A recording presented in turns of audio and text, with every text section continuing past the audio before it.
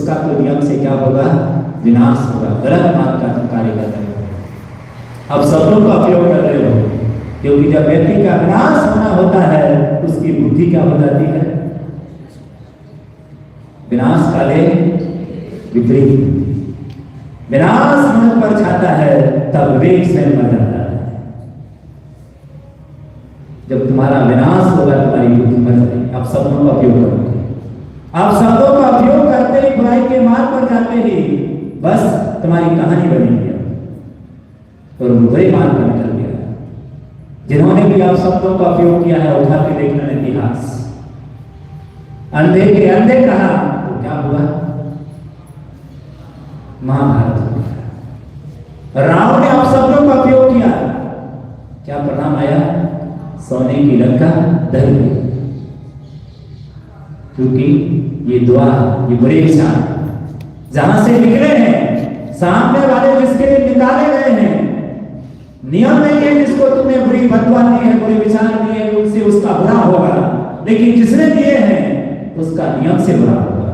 क्योंकि निकले कहां से बुरे विचार, क्योंकि पुण्य छीन किसका हुआ है, बिना पुण्य छीन हुए ये बदवा बुरे विचार निकल नहीं सकते। नियम से उसका पुण्य छीन हो गया है, इसलिए गाली मुख से निकली है। जिसकी गाली मुख से निकली होगी उसकी ओर लोगों की दृष्टि अच्छी नहीं होगी। उसका इतना पुण्य छीन हो गया कि लोग उसके विषय में गलत सोचेंगे, व्यक्ति गंदा। जिसके लिए दे रहा है कोई गारंटी नहीं है वो व्यक्ति गंदा होगा कि नहीं होगा, लेकिन जो दे रहा है वो नियम से क्या है, वो व्यक्ति तो गंदा है, क्योंकि उसके मुख से गंदगी निकलती है।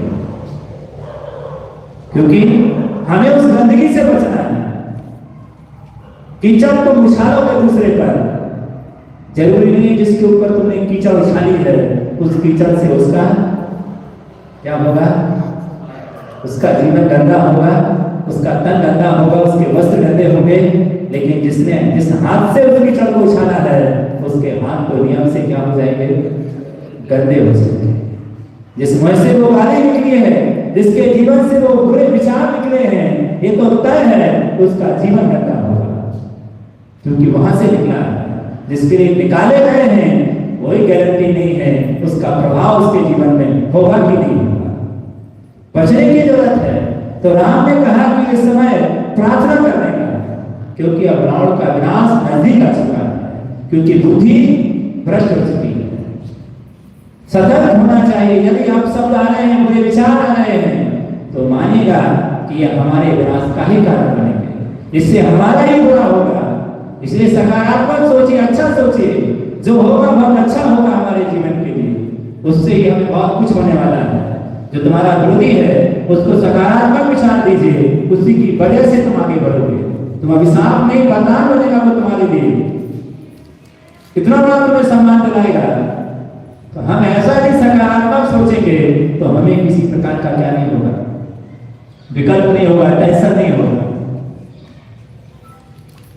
तो इस प्रकार हम खुद को बचाएं और जीवन को तमाम बुराइयों के लिए हम इनका होलिका जला दें। ये सारे के सारे बुरे विचार आ रहे हैं, तो इस सारे बुरे विचारों से हमारा एक जन्म नहीं अनेक जन्म क्या हो रहे हैं, बिगड़ रहे हैं।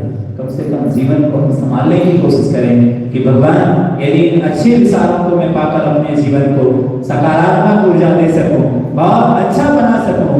प्रत्येक कोई कितनी भी नेगेटिविटी देने की कोशिश करे, लेकिन उस नेगेटिविटी को बचा सकें और उसे सकारात्मक विचार दे सकें। एक बार आचार्य भगवान के लिए किसी ने कहा कि बहुत सारे एक व्यक्ति निंदा कर, तो आचार्य महाराज ने कहा कि निंदा कर एक ही कर रहा था कि बहुत सारे लोग कर रहे थे, बोले कि एक ही कर रहा था। तो आचार्य महाराज ने बहुत अच्छी बात कही, हजारों लोग मेरी प्रशंसा करते हैं। जब हजारों की मैं प्रशंसा सुन सकता हूं तो एक व्यक्ति की निंदा क्यों नहीं सुन सकता।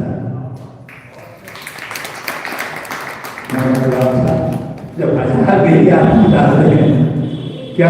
हजार जब मेरी प्रशंसा करते हैं तब उस प्रशंसा के शब्दों को सुन सकता हूं, तो ये